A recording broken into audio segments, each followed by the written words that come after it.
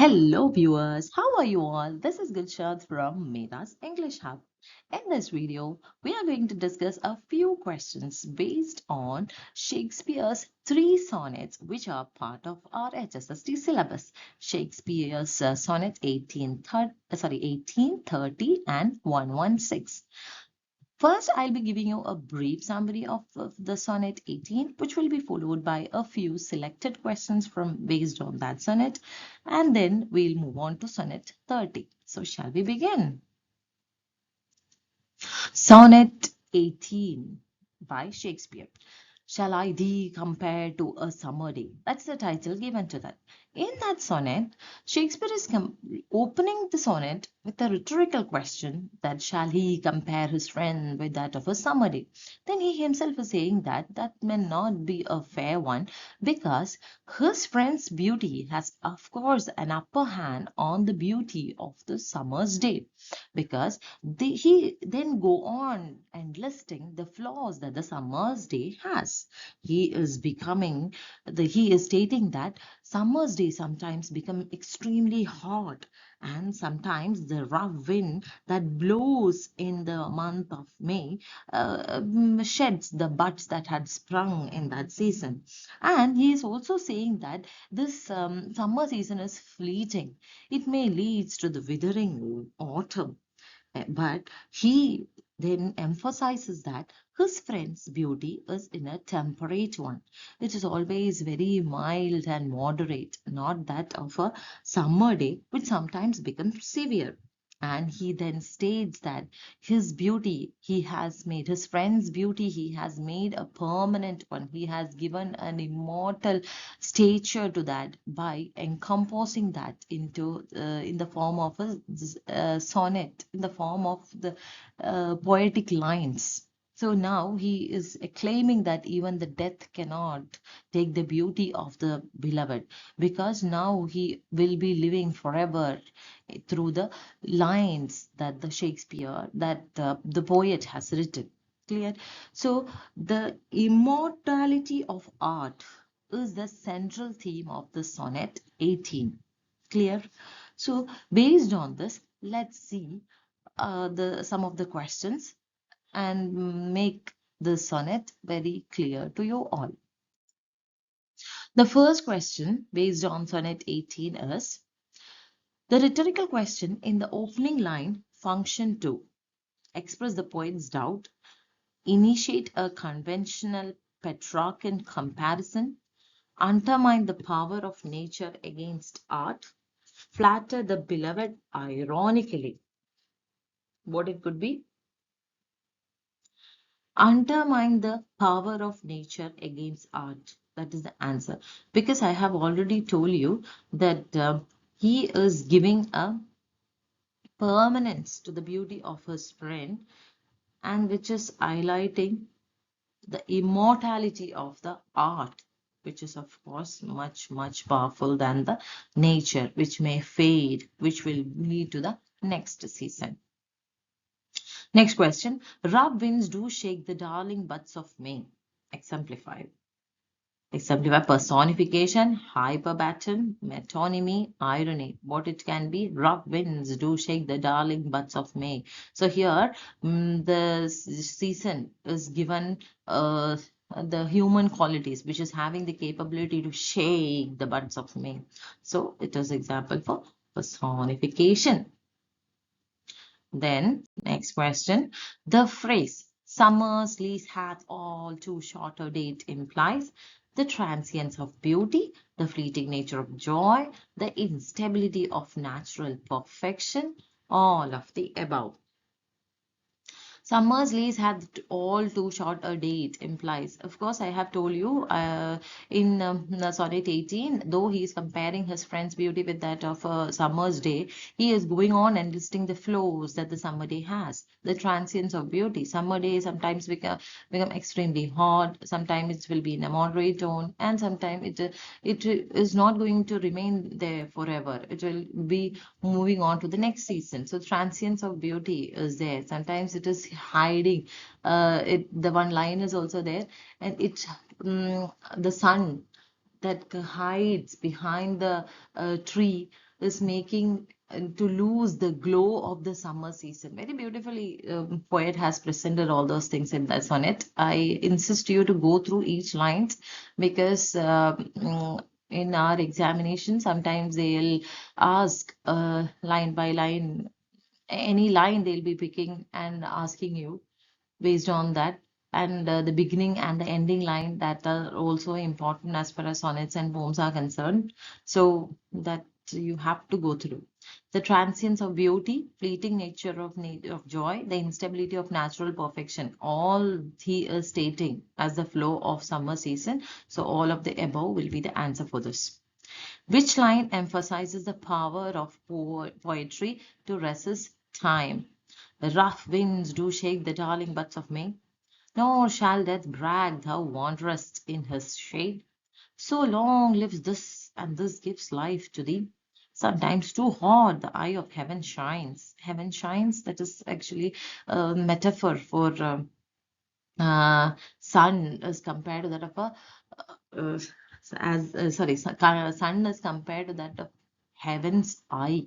Okay, so that's an example for metaphor here. Which line emphasizes, but our question is not that. Which line emphasizes the power of poetry to resist time? That is, so long lives this, and this gives life to thee. Here, he is saying that one season will move to the next one. The beauty of the people will also fade. But here, when as this poet, beloved's beauty is encaptured through the poetic lines, he will be remaining forever beautiful. He will be remaining or he will be living forever. So that permanence of the art is emphasized here, power of beauty. Okay, so long lives this, and this gives life to thee. The volta occurs at. Volta actually means shift. At volta is one of the techniques that Shakespeare employs in his sonnet. So here he'll be going on stating something, and all in a sudden he shifts to something else. So in which line the volta and the shift is actually the meaning of that. So in which line? So this shift is taking place in sonnet 18. That's the question. So for that, you have to know that what was he stating first and at what to where he is shifting actually, isn't it? So I told you that is why I have given you the summary in the beginning. So throughout he was stating, he is comparing his friend with that of somebody. Then he went on and listing the flaws that the somebody has. Then later he is completely shifting to his friend's beauty, and he is saying that no, you cannot be like that. You are something higher to that. Your beauty has made it permanent. So so he is later on stating that the beauty of friend is much higher to that of compared to that of summer's beauty. So the line 9 is the answer for that. That's happening in ninth line. The line, nor shall that brag thou wanderest in his shade, personifies and when what is personified uh, with this line. So here, of course, time, love, death, beauty. Death is the answer. Poet is saying that death, you don't have the power even to take away the beauty of my friend. So here, death is given the human quality. So answer. So who is personifying? Death is getting personified. The poet immortalizes beauty through spiritual transcendence, artistic permanence of verse, philosophical contemplation, divine intervention. Answer is artistic permanence of verse. The same thing, the immortality of the art. The same thing is asked in in another way. The eternal lines refer to the beloved's physical form, the lines of the sonnet itself, the line of fate, the wrinkles of time. What it would be? Eternal lines. Eternal line stands for the lines of the sonnet itself, of course, which has become eternal. The friend, beloved's beauty is getting praised in sonnet. Beloved has passed away long back itself. But still, we are still thinking about the beauty of that man, which has made it permanent, which has become permanent through the lines which the poet has written. So the poetry is what become eternal. The line of the sonnet itself are the eternal lines. The theme of Sonnet 18 can be most precisely stated as the triumph of art over decay, the failure of human love, the superiority of nature, the fragility of emotion. Fragility of emotion, of course not. He is still very firmly having that true feeling for his friend from the beginning till end. Superiority of nature, of course not. And that the inferiority of the nature is what shown there, while the beauty of the poet is given an upper hand. Sorry, poet of the poet. Sorry, beauty of the poet's friend is given an upper hand. The failure of human love, triumph of art over decay. Same thing in different way. The triumph of art over decay. Which of the following best describes the structure of the sonnet? When you describe the structure of the sonnet, descriptive ode with pastoral imagery, a dialectical argument leading to poetic immortality, a dramatic monologue of doubt, a lamentation of lost love. No, dialectical argument leading to poetic immortality. Of course, he's beginning with a rhetorical question, then he's stating his reason why I have to keep my friend's beauty upper to that of nature's beauty. A dialectic argument it is, which is finally stating the immortality of poetic lines. Clear?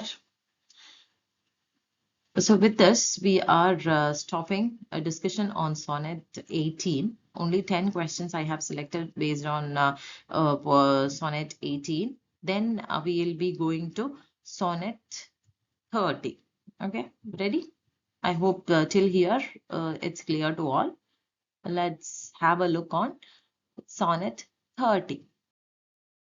Okay, before we move on to the questions, let me give you a brief idea about Sonnet 30. You also might be knowing all these things, but still, let's brush it up. In Sonnet 30, the poet is reflecting quietly on the past memories, old losses, pains, and missed opportunities, and he is getting feel sorry for all those wounds, which seems once again fresh in his mind. But in the end, when he thinks of his dear friend, all his sadness fades away and his losses are emotionally restored. So in this sonnet, he is he is stating that though memory can bring grief and pain in you, the power of friendship can heal all those woes. That is what this sonnet 30 is all about. Now shall we have a look into the questions? First question, in Sonnet 30, the word sessions metaphorically alludes to a court slow, a poetic symposium, a church service, a philosophical meditation. What it could be? That is a court's law. Here, the poet is the memory to which all the past griefs are rushing into is compared to that of a court law or a courtroom where all the introspections are going on. Okay, they are once again checking on the woes that he had in his life. So that is the session here stands for a court of law. The dominant tone in Sonnet 30 is one of the self-glorification, melancholic introspection, stoic endurance, religious penitence. Answer for this is melancholic introspection. He is checking on his griefs, his past memories, and his lost love or lost opportunities, or very melancholically he's remembering of all those things. There can I drown an eye unused to flow. The device used is paradox, personification, metonymy, hyperbole. So to that is hyperbole. Isn't it he bit exaggerating that I draw unused flow? So everything is getting faded by the thought of his beloved's thought memories. So that is what exaggeration is happening here. The precious friends hid in death's dateless night refers to the poet's beloved friend is now dead, the loss of spiritual guidance, a metaphor for forgotten ambitions, the muse's silence. He is talking about his friends who has passed away. The beloved friend is now dead. So all those who have passed away, then lost memories, lost opportunities. So that losses that he had faced in his life is what throughout mourned in Sonnet 30. So the first option will be the answer for this. Which of the following best expresses the theme of the sonnet? Love triumphs over mortality. Memory revives sorrow, but friendship redeems it. Time erases all wounds. Art immortalizes the dead. Art immortalizes the death can best suit for Sonnet 18. So here memory revises sorrow, but friendship redeems it. He is mourning upon all the losses that he had faced in his life, but at the end, the thought of his friend or the friendship is redeeming. It is healing all his wounds. So this is the answer for this. The structure of Sonnet 30 follows Italian Petrarchan pattern, Shakespearean three-quatrain and a couplet, Spenserian interlinked rhyme, blank verse monologue. Shakespearean sonnet it is. So of course, Shakespearean three-quatrain and a couplet definitely will be the answer. Shakespeare, sonnet normally means 14 lines. So Shakespeare's pattern is that three quatrain will be this, then which will be followed by a couplet. Normally, couplet is the place where they find a very concluding sort of a shift you can find in couplets, and normally have followed the rhyme scheme of A B A B, C D C D, E F E F, G G. There, all this also you keep in your mind. I know you people know all these things, but still, I'm helping you to remember all this, reminding you all that. The final couplet provides logical conclusion and emotional reconciliation, philosophical doubt, metaphysical argument, ironical distance. What it can be? Logical conclusion and emotional reconciliation. The sad account of four bemoan mound simplifies. Four bemoan mound. That itself is telling you the answer is alliteration. Repeat and sound murmur. The sonnet dramatizes a tension between forgetfulness and forgiveness, grief and friendship, mortality and immortality, love and time. A tension between, what is shown there? Of course, grief and friendship. He is mourning at bedside and then reconciliating and finding solace in the memory of his friend.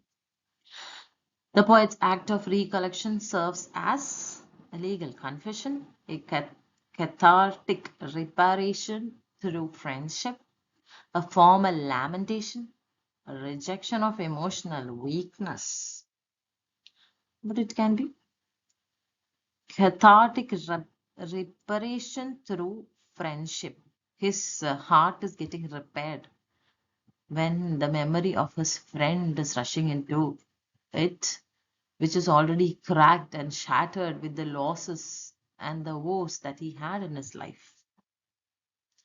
So here we are coming to an end of this questions also. With this, sonnet 30 is also over. Now it's time to move on to sonnet 116, which is the last sonnet of Shakespeare, which is prescribed in our HSST syllabus. Clear?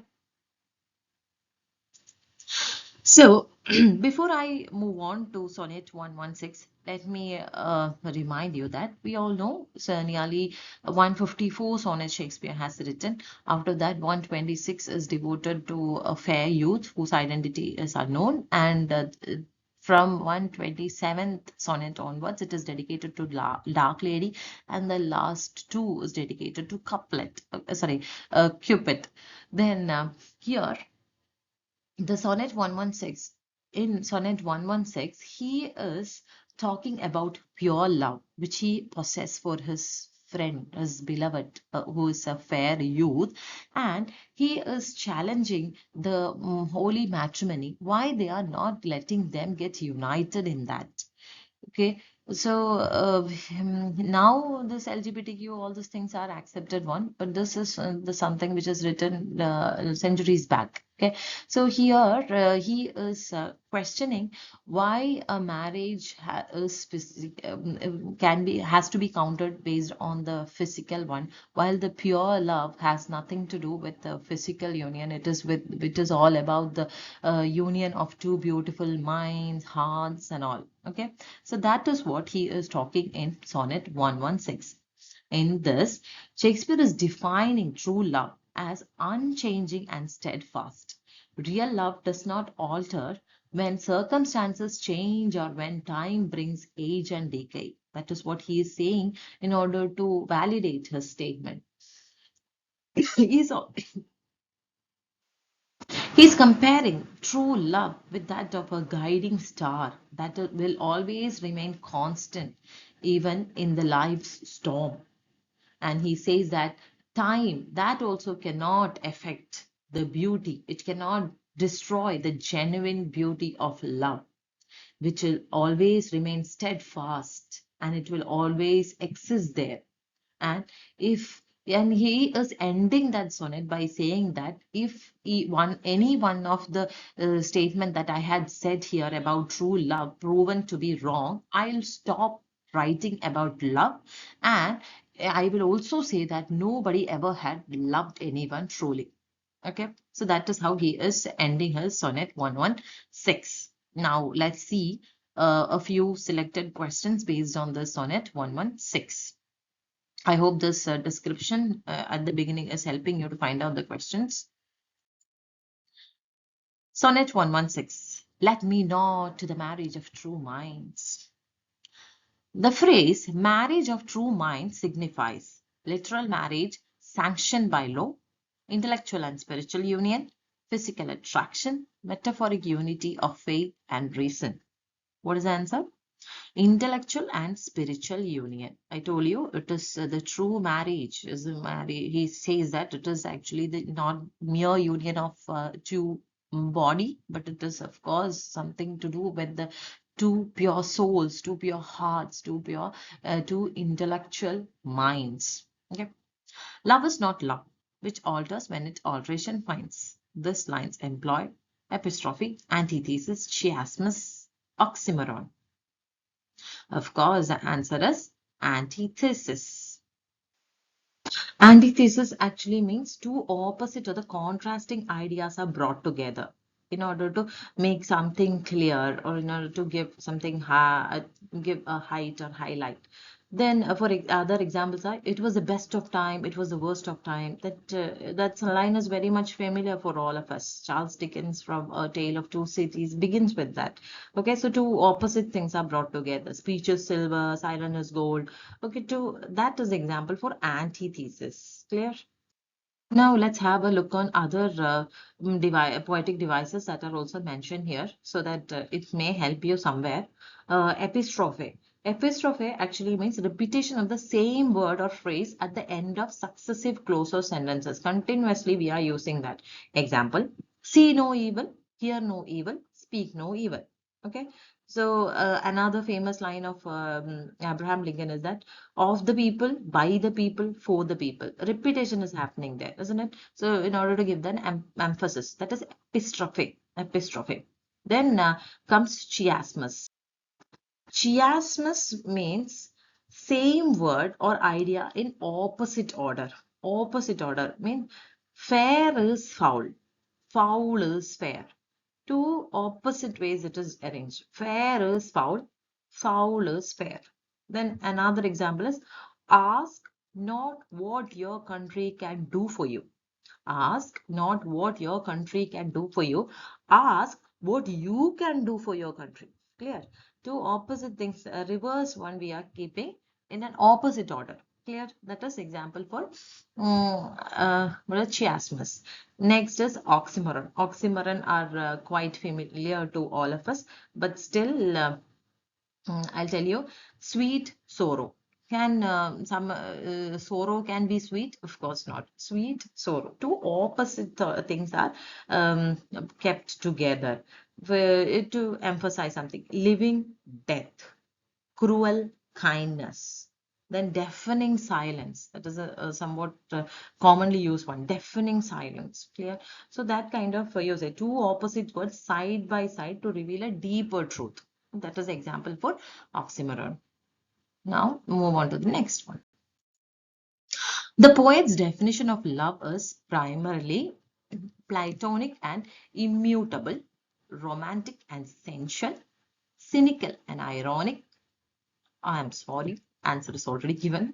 Aristotelian and rational, Platonic and immutable. Yeah. Then, but I'll still mark it here. I'm meaning to say that sonnet is talking about the deep spiritual and affection that two persons have for each other, which is related to mind or soul, not driven by desire of the beauty or outward appearances, bodily attraction, nothing to do with that. Okay, that is what it means. Next is it is the star to every wandering bark. Your star functions as a symbol of divine constancy, a metaphor for destiny, a metonym for truth, a personification of faith. What it can be? Answer is a symbol of divine constancy. So here he is saying that irrespective of the condition of the life, if it is true love, it will always remain static. It is not never going to be changed. Whatever storm, hues and cries happen in your life, it will always be there as it was in the beginning. Clear? So that is what here compared to that of a star which gives guidance to the wandering travelers. That is what it is. Wandering bark actually was one of the metaphor given for the ship. Clear. So some of the many poetic devices the sonnet has employed. Mm, then detailed one I cannot go in that way. You, um, it will become the video is going to be even more lengthier. Clear. Fifth question, which device underline love is not times fool? Love is not times fool. Apostrophe, personification, paradox, anecdote. Then it is example for personification. Time is given. Love is not times full. So here time is given human quality, just personifying. The poet uses the imagery of tempest and bending sickle to depict social unrest, symbolizes love's endurance through time and change, represent natural beauty, criticize mortality. Answer is symbolize love's endurance through time and change. Here, in sonnet, the imagery of tempest and bending sickle are given. Tempest is showing actually the difficulties and the problems that one loving couple may face in their life. And another is bending sickle. Bending sickle is actually holded by the time who's reaping the beauty. The destructive power of the time is brought out there. So here he is bringing destruction. The beauty of the people are getting faded as the time pass. So that is what used with the word bending sickle. Now, all these are not going to be applicable to the to those couple who are in true love. The true love never be affected by all these things. Is what the sonnet is highlighting or trying to convey to the reader. Seventh question, whose words are known, although his height be taken? Implies love's mystery defies empirical measurement. Science can explain emotional depth. Astrology governs fate. Faith is immeasurable by devotion. Seventh question, answer is love's mystery defies empirical measurement. Here, he is comparing true love with that of a star, which will remain there forever, will be guiding the wandering ship. Clear. So that measure we can sometimes you may be able to measure how far it is the shore, how far the shore is from the middle of the sea, but the worth, the words of giving something which is guiding you to somewhere, to the right path. The worth of that never can be measured. That is what this line is conveying to the reader.